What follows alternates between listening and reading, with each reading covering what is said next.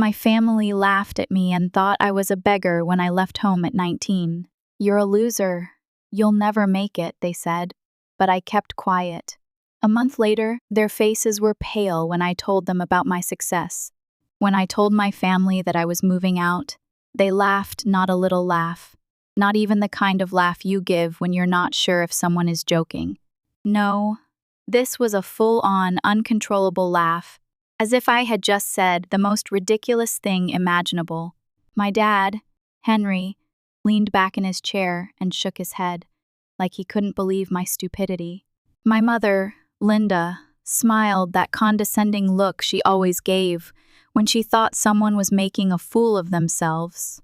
And my twin sisters, Emma and Sophie, they giggled like they were watching the best comedy special of their lives, whispering to each other between bursts of laughter. Then came the insults. "You're a failure. You won't last a week. You'll come back begging like a stray dog. Honestly, it's a relief you're leaving one less problem for us." I stood there and said nothing.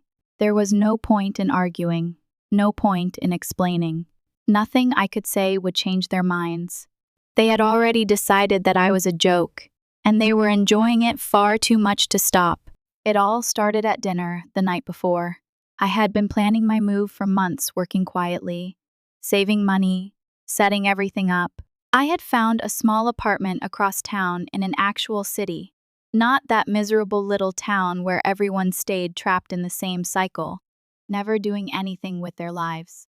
I didn't need their help. I didn't need their support. I just wanted to let them know. "I'm moving out this weekend," I said.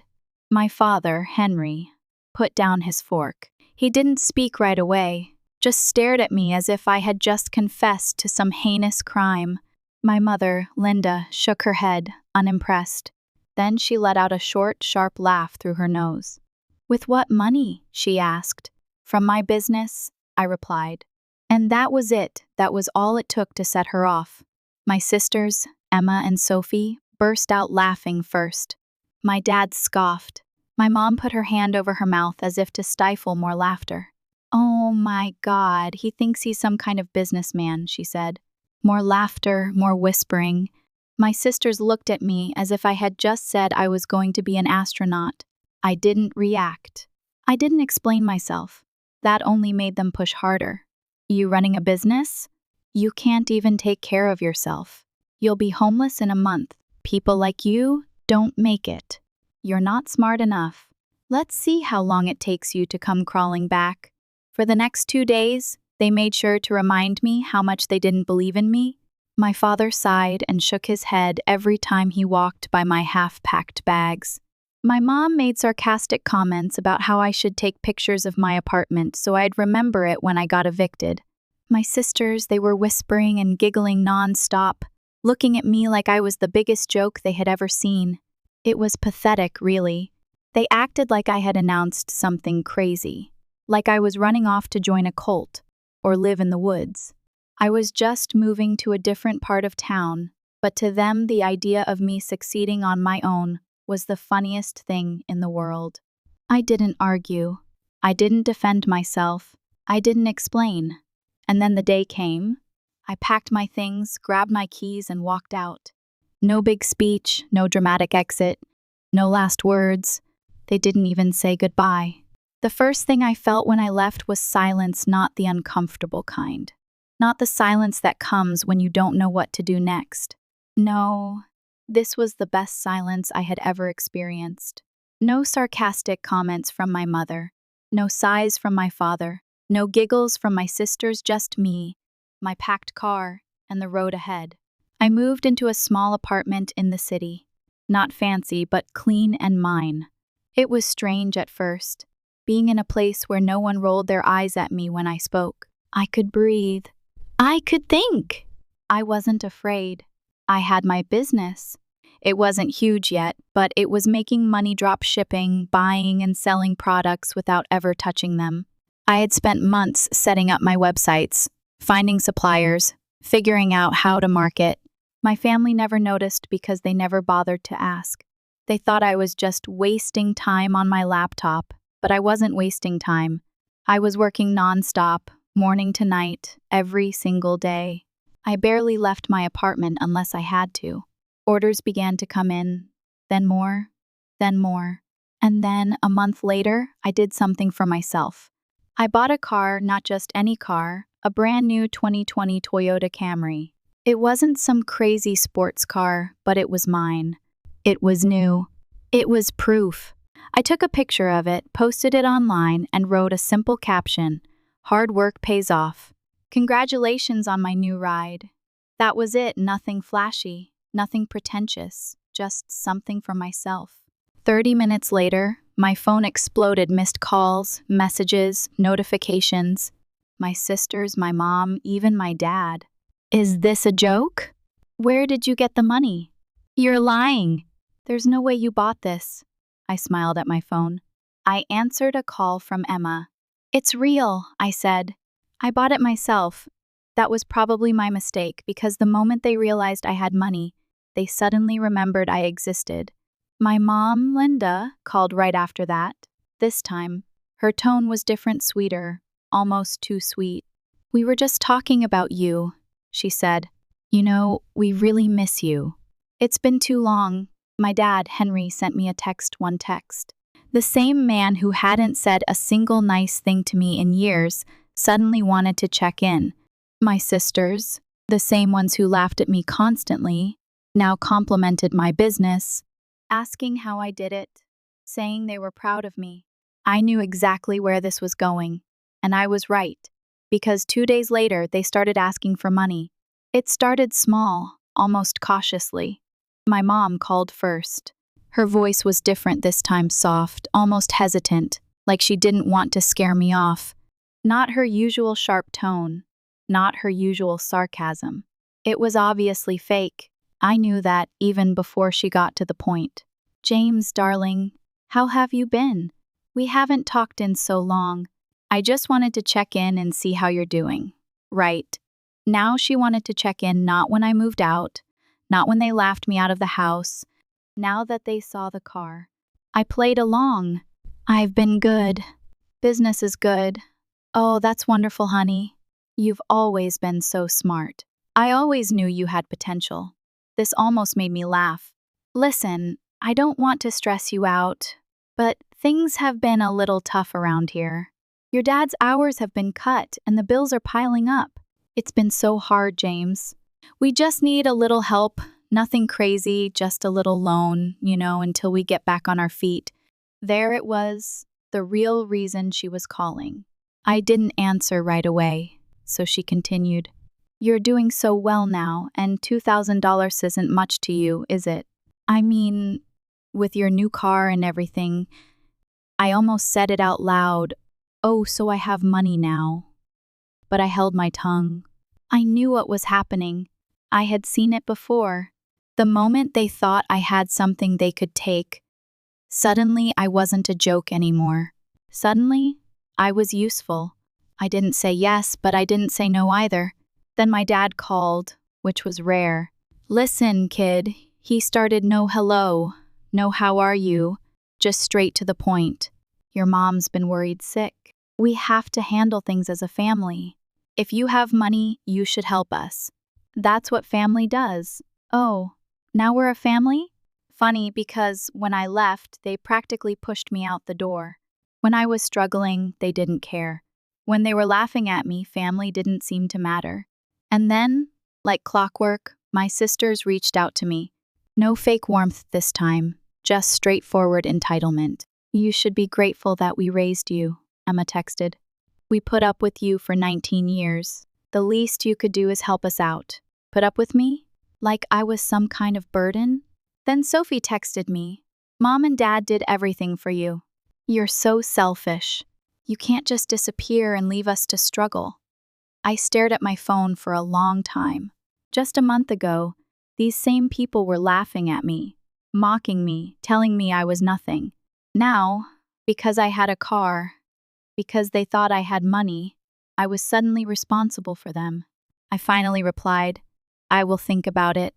They seemed satisfied with that answer, but I had already made up my mind. I wasn't going to give them a cent.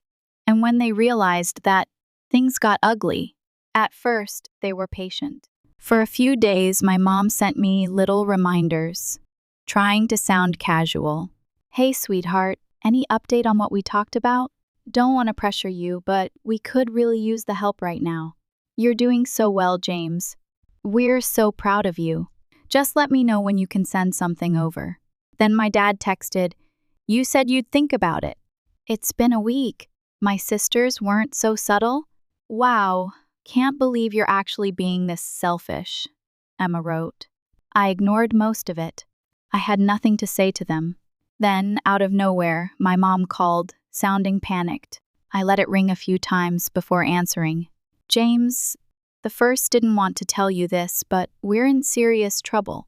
I had to take out a loan a while back, and now they're demanding the money back. If we don't pay it by next week, we could lose everything. Her voice was shaking. If I didn't know better, I might have believed her. How much? I asked, already knowing I wasn't sending a cent. $5,000, she said immediately. Please, James. The first wouldn't be asking if it wasn't serious. $5,000 just a week ago. They needed $2,000. Now, the amount had more than doubled. I told her I'd get back to her and hung up, but something felt off. Then I ran into my aunt. I was grabbing coffee in the city when I spotted her walking down the street. My mom's older sister, Clara, wasn't super close to us, but she had always been kind to me. She actually listened when I spoke, which was more than I could say for my immediate family. I hadn't seen her in a while, but when she noticed me, she smiled. James, it's been too long. We talked for a bit, just catching up, and then I decided to ask. My mom told me she took out a loan, I said. She says she has to pay it back next week or they'll lose everything. The moment I said it, her face changed. Her smile dropped, replaced by something between disbelief and frustration. She shook her head.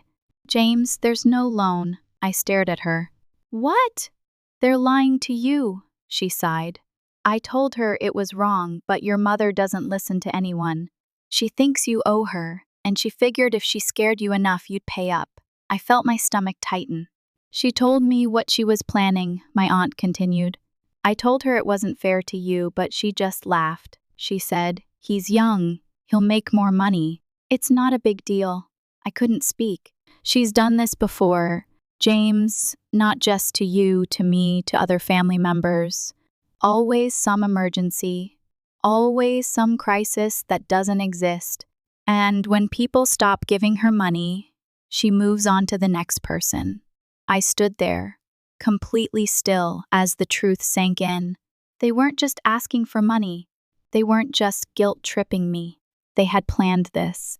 My own mother had schemed to manipulate me out of thousands of dollars, and I had almost believed her. I clenched my jaw, forcing myself to stay calm. I could have called her out right then and there.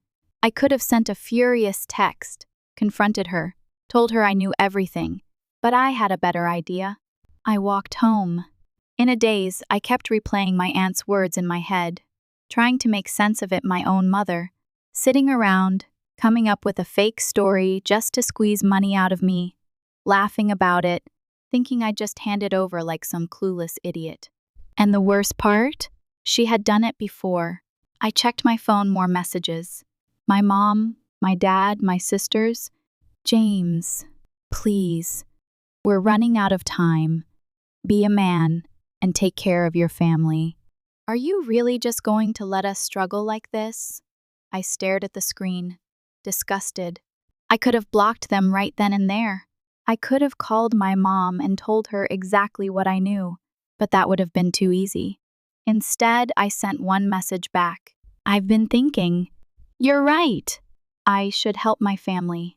Meet me at the bank tomorrow at 2 p.m. I'll pull out the money in cash. Instant response. Oh, sweetheart, thank you. You have no idea how much this means to us. Sure, I had an idea. I arrived at the bank a little early, just to see if they'd actually show up.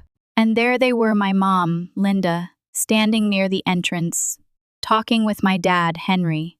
My sisters, Emma and Sophie, were there too, looking way too excited for people who were supposedly in a financial crisis. I stayed in my car for a moment, just watching them. They weren't stressed. They weren't desperate. They looked happy. My mom was smiling, chatting away like this was just another day. My sisters were laughing, nudging each other. It hit me. Then they had probably already planned how they'd spend the money. My mom would pay for her little luxuries. My dad would go back to doing nothing. My sisters probably shopping or vacation. They weren't struggling. They weren't desperate. They were celebrating before they even had the cash. I exhaled slowly. Then I stepped out of the car. The moment they saw me, my mom's face lit up. She actually reached out to hug me. I stepped back. No need for that. Let's go inside. We walked into the bank together. I went straight to the teller. My mom stood close, like she was afraid I'd change my mind at the last second. I smiled at the teller. "Hi, I'd like to check my balance, please." My mom's smile twitched. James, just withdraw the money." "1 second, Mom." I leaned on the counter casually. "Actually, can you tell me if there's a loan under my mother's name?" "Just curious." Silence. My mom froze. The teller glanced at her, then back at me. "A loan?" I turned to my mom, tilting my head. "Yeah, Mom, the one you told me about. The one you desperately need to pay back before next week." She looked like she had been slapped. My dad cleared his throat. "James, this isn't necessary." "Oh, but it is," I cut him off, looking back at the teller. "Go ahead and check." My mom grabbed my arm. "We're leaving." I pulled away. "No, we're not." My sisters weren't laughing anymore. They just stood there, stiff, looking between each other. The teller clicked a few buttons, then shook her head. "No loan under this name." Silence. I turned back to my mother. "That's weird because you told me there was." She opened her mouth, but nothing came out. My dad wouldn't even look at me. My sisters stepped back, like they wanted no part of this. I took out my phone, opened my aunt's message, and held it up. "You lied to me," I said, voice calm. "You've been lying to me and you've done it before." She panicked. "James, I was going to explain." I laughed a real, genuine laugh. "Explain what, exactly? Were you going to explain how you were planning to steal from me? How you were laughing about it behind my back?" My dad finally looked at me. "We're your family." "No," I said. "You're just people who happened to raise me." Then I turned around and walked out. I didn't wait to hear what they had to say. I didn't need to. I had already won. Later that night, they blew up my phone calls, voicemails, texts. "James, we were just scared. It was a misunderstanding. Don't turn your back on your family. You think you're better than us now?" Blocked every single one of them. And just like that, they were out of my life. For the first time ever, I felt free. But I wasn't done yet, because I had one last move to make. Cutting them off wasn't enough. I knew my family blocking them wouldn't stop them forever. They'd find new ways to get to me, new sob stories, new fake emergencies, new ways to guilt trip me. So I decided to end it once and for all. I was going to make sure they never asked me for a single thing again, and I had the perfect plan. A week later, I unblocked them just long enough to send one message. "Family is everything. I've been thinking and I want to make things right. Life is too short for grudges. Let's start fresh, my treat." Then I attached 4 plane tickets to a luxury resort in the Caribbean first class. All expenses paid. I didn't even have to wait for a response. Within minutes, my mom was calling. "Oh, sweetheart, we knew you'd come around. We've missed you so much." "Sure, Mom." I told them to meet me at the airport in 2 weeks. I'd handle everything, they just had to show up. They bought it instantly. My dad even texted me, acting like he had never tried to scam me. "Proud of you, son. This means a lot." My sisters? Suddenly, they were my biggest fans. "We knew you weren't selfish." "Can't wait." It was actually pathetic how quickly they changed. I booked myself a real vacation, somewhere completely different. Then I sat back and waited. The day arrived. I was already relaxing by the beach on my actual vacation when the texts started coming in. At first, they were excited. "Just got to the airport. This is going to be amazing. Where are you? I didn't reply. Then, about an hour later, James, what's going on? Another hour, they're saying the tickets aren't real. What did you do? Then the angry calls started. They had shown up at the airport, bags packed, dressed for a luxury getaway. They went to check in, only to find out the tickets weren't real. Not fake canceled, because I had booked them and then refunded every single one. They stood there furious, confused, humiliated, realizing too late that they had been played. The messages turned into threats, screaming voicemails. You humiliated us. How could you do this to your own family? We looked like idiots. I sipped my drink, enjoying the ocean breeze. Then, one final text from me, I figured it was only fair. After all, lying to family is just what we do, right? Blocked forever. And just like that, they were out of my life for good. That should have been the end of it. I expected my family to rage for a while, maybe send a few last desperate messages, then finally give up. But I underestimated their stubbornness. For the next few weeks, they tried everything. At first, it was anger. You are dead to us. You think money makes you better? You're nothing without us. You'll regret this, James. Then came the guilt tripping. Family forgives, James. Let's just talk. Mom's been crying nonstop. Are you happy now? Your father is sick. This stress is killing him. Fun fact, he was perfectly fine. My aunt confirmed it. When that didn't work, they tried fake kindness. We overreacted. We miss you. Let's start fresh. Let's put all of this behind us. We're still family. We should get together soon, maybe over dinner. Yeah, no thanks. I ignored everything, no response, no engagement, nothing. Eventually, they stopped, and for the first time in my life, I felt truly free. Months passed. My business kept growing. I moved into a better apartment, bought an even nicer car. Life was good. Then, one day, I got a message from an unknown number. At first, I almost deleted it without reading, but something told me to check. It was from my youngest cousin, Mia. Hey James, I know we haven't talked in a while, but I thought you should know your parents have been telling everyone that you stole from them and abandoned the family. I blinked. Excuse me? I called my aunt immediately.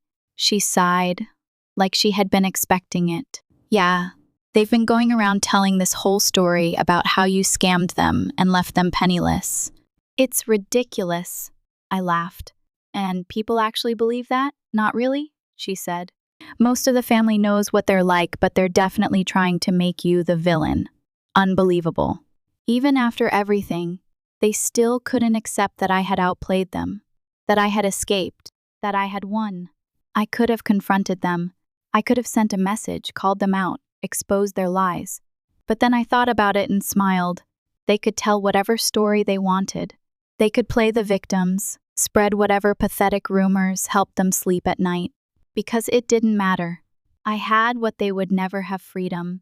And no lie, no rumor, no amount of manipulation could ever take that away from me.